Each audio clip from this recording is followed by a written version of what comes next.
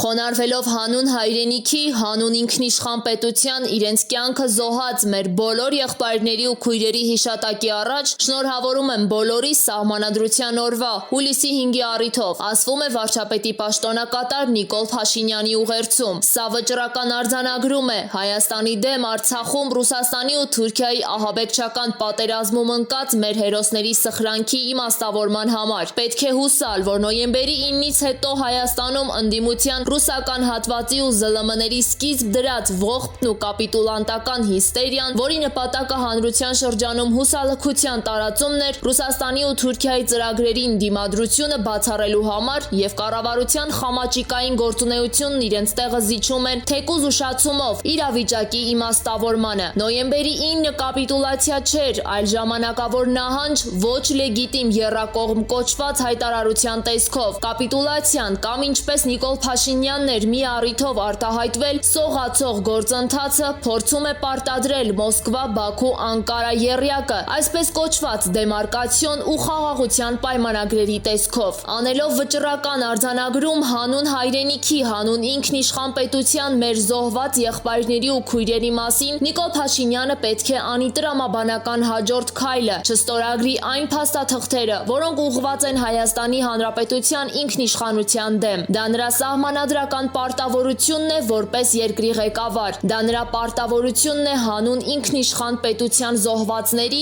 նրանց ծնողների, հարազատների ողջ հայ ժողովրդի առաջ։ Մի վախեցիր։ Նոյեմբերի 9-ից հետո ռուս-թուրքական սայլին կցված հայկական ընդդիմության ռուսական հատվածը անցնելով խորհրդարան ուղիղ ու հավասար պատասխանատվություն է կրում հետագա զարգացումների համար։ Նրա միակ պարտավորությունը պետք է լինի դիմադրությունը ռուս-թուրքական ծրագրին եւ հակահայ Հայաստանի ինքնիշխանության դեմ պայմանագրերին։ Մի վախեցեք։ Հայաստանի դեմ ռուս-թուրքական ծրագրերը չպետք է իրագործվեն։ Դրա համար կան բոլոր հնարավորությունները եւ քաղաքական դերակատարներին հանրությունը, որը մեծ մասով մերժեց իրեն պարտադրված թատրոններն ու հիստերիան Երևանյան փողոցներում ու ԶԼՄ-ների մեծ մասում այդ չափով է գնահատելու։ Ընդ որում ոչ միայն քաղաքական ու բարոյական տեսակետից։ Ժամանակավոր նահանջը ավարտվում է, եռակողմ փաթեթը դրա հեղինակների դեմ շրջելու ժամանակն է։ Բոլորը ողջ են, քանի դեռ հայրենիքը երկինք չի խոյացրել մի կոթող, որի պատվանդանին գրված լինի անկախության հերոսամարտը հաղթած ռազմիկներին։ Ախալքալաքի բնակիչներն անընդունելի են համարում Վրաստանում ադրբեջանցիների կողմից հայերի նկատմամբ սադրանքի փորձերը։ Հուլիսի 3-ի միջադեպը, երբ Բաթումիում Ախալքալաքի Գոման գյուղի բնակիչներից մեկը դանակահարվել էր ադրբեջանցիների կողմից, Ջավախքի բնակիչների շրջանում մեծ արձագանք է գտել։ Ախալքալաքի բնակիչ Ռեմիկ Պողոսյանն ասաց, որ քննություն է ընթանում, այլ մանրամասներ դեռ չկան դեպքի վերաբերյալ։ Մենք հույս ունենք, որ Վրաստանի իրավապահները լուրջ կզբաղվեն այս գործով, չեն թողնի, որ իրավիճակը հետագայում լարվի, ասաց նա։ Նշենք, որ Բաթումիում ազգությամբ ադրբեջանցիներ Ղարաբաղը մերն է, թե ձերը վանկարկումով մոտեցել էին 10-րդ դասարանցի Մարտունիկ Ուստյանին ու դանակով վնասվածք պատճառել։ Վնասվածք է ստացել նաև մեկ ոստիկան։ Դանակահարված տղան մեր շրջանի գյուղերից մեկի բնակիչ է։ Դա որակում ենք որպես սադրանք ադրբեջանցիների կողմից, որովհետև եթե ցանկացած ախալքալակցու մոտենան ու հարցնեն Ղարաբաղը մերն է թե ձերը, իրենց պատասխանը կստանան, ասաց Ռեմիկ Պողոսյանը։ Նա նշեց, որ Ախալքալաքի բնակիչները չեն ուզում սրել իրավիճակը հետագա բախումներից խուսափելու համար։ Ադրբեջանցիները միշտ վախենում են Ախալքալաքի հայերից, երբ այստեղ գալիս են առևտրի նպատակով կարտոֆիլ գնելու, մի քանի անգամ զանգում ու հարցնում են՝ ամեն ինչ նորմալ է, մեր անվտանգությունը կապահովվի։ Ընդհանուր առմամբ իրենք այդ ռիսկը չունեն, որ կարողանան իրենց այդպես պահել։ Մենք գտնում ենք, որ անթույլատրելի է երրորդ երկրի տարածքում սրել իրավիճակը, որ կողմը կոնֆլիկտը տեղափոխում է Վրաստանի տարածք, այդ կողմը կլինի Վրաստանի թշնամին։ Եթե ադրբեջանցիներն ուզում են կոնֆլիկտը տեղափոխել այստեղ, բախումներ առաջացնել, ուրեմն իրենք կլինեն Վրաստանի թշնամին։ Մենք հայտարարում ենք, որ Ալիևի երկաթյա բռունցքները, ինչի մասին նա հայտարարել է, Ախալքալաքում կհալվեն, նշեց Ռեմիկ Պողոսյանը։ Հարց. Վերջին օրերին ապօրինի գույքի բռնագանձման մասին օրենքը սկսել է գործել եւ կալանքներ են դրվում տարբեր նախկին պաշտոնյաների գույքի վրա։ Ինչպես եք գնահատում այս գործընթացը, հաշվի առնելով, որ իշխանությունը խոսում է պողպատյա հեղափոխության ու օրենքի դիկտատուրա հաստատելու մասին։ Հոկտանյան. Տեսականորեն դա ճիշտ գործիք է այն իմաստով, որ ոչ մեկը չի ժխտում, որ եղել է բավականին լուրջ մասշտաբների թալան նախորդ իշխանությունների օրոք եւ ճիշտ կլիներ, որ մեղավորները պատժվեն, բայց ինչպես միշտ լինում է, կյանքն այդքան պարզ չի։ Նախ դա ընտրողական գործառույթ է, հիմա բնականաբար նախկինների հարցն է քննվում, որքան հասկացել եմ խոսքը նախկին պաշտոնյաների ապօրինի ճանապարհով ձեռք բերված գույքի մասին է։ Ապագայում կարող են բացահայտվել նաև ներկա պաշտոնյաների կողմից նման չարաշահումներ, եւ այս օրենքը շատ արդյունավետ կլինի, եթե դա կիրառվի բոլորի նկատմամբ առանց խտրականության։ Շատ վտանգավոր կլինի, եթե օրենքը կիրառվի խտրական ձևով։ Այն, որ դա պետք է կիրառվի նախկինների նկատմամբ, բնականաբար պարզ է, բայց այն պետք է կիրառվի նաև ներկաների նկատմամբ։ Ես չէի ուզենա, որ Հայաստանն առաջնորդվեր այն սկզբունքով, որ ժամանակին հայտարարել էր Մուսոլինին, հակառակորդների նկատմամբ օրենքի ողջ խստությամբ, յուրայինների նկատմամբ օրենքի սողանցքների,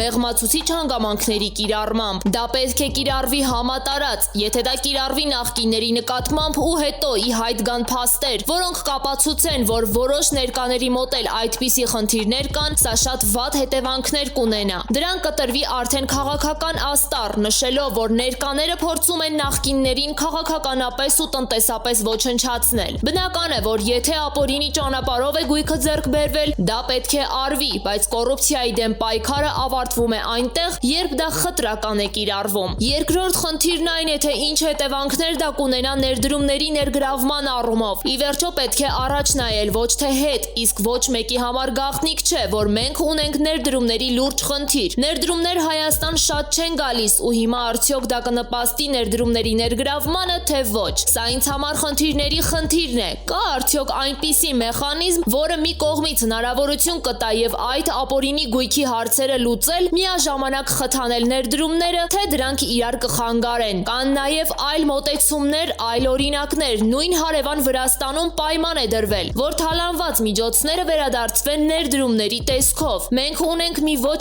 այնքան հաջող նախադեպ, դա Ծաղկաձորի Golden Palace հյուրանոցի հարցն է, որը կարելի է ասել ապօրինի ճանապարհով ձեռք բերված գույք է, որը հիմա պետության բալանսում է ու չեն կարողանում վաճառել։ Հյուրանոցը մի ժամանակ կորոնավիրուսով հիվանդներին էր ծառայում, հիմա էլ արցախցի փախստականներն են ապրում, բայց նպատակը որպես հյուրանոց աշխատեցնելն էր, սակայն այն իր նպատակին չի ծառայում։ Հիմա ասենք, թե մի քանի առանձնատուն կբռնագրավեն, որքան գիտեմ Վլադիմիր Գասպարյանի գույքն է հիմա կալանքի տակ։ Թվում է արդար է, համաձայն եմ, բարոյական տեսանկյունից շատ արդար է, եթե ապացուցվել է, որ ապօրինի ձեռք բերված է։ Հետո ինչ է լինելու այդ առանձնատների ճակատագիրը։ Հարց. Այսինքն կոնկրետ հայեցակարգ չկա այդ մասով։ Հոկտանյան. Խնդիրներ կան, որոնք եթե նայում ենք զուտ բարոյական տեսանկյունից, ապա այո, իսկապես արժանի է, որ բռնագանձեն, բայց մյուս կողմից, երբ նայում ենք նրանց ճակատագիրը եւ այն հեռանկարը, որ ապագայում կարող է պարզվի, որ ապօրինի է խլվել իրենցից, հետո նույն Վլադիմիր Գասպարյանը գա ու հետ պահանջի մեկից,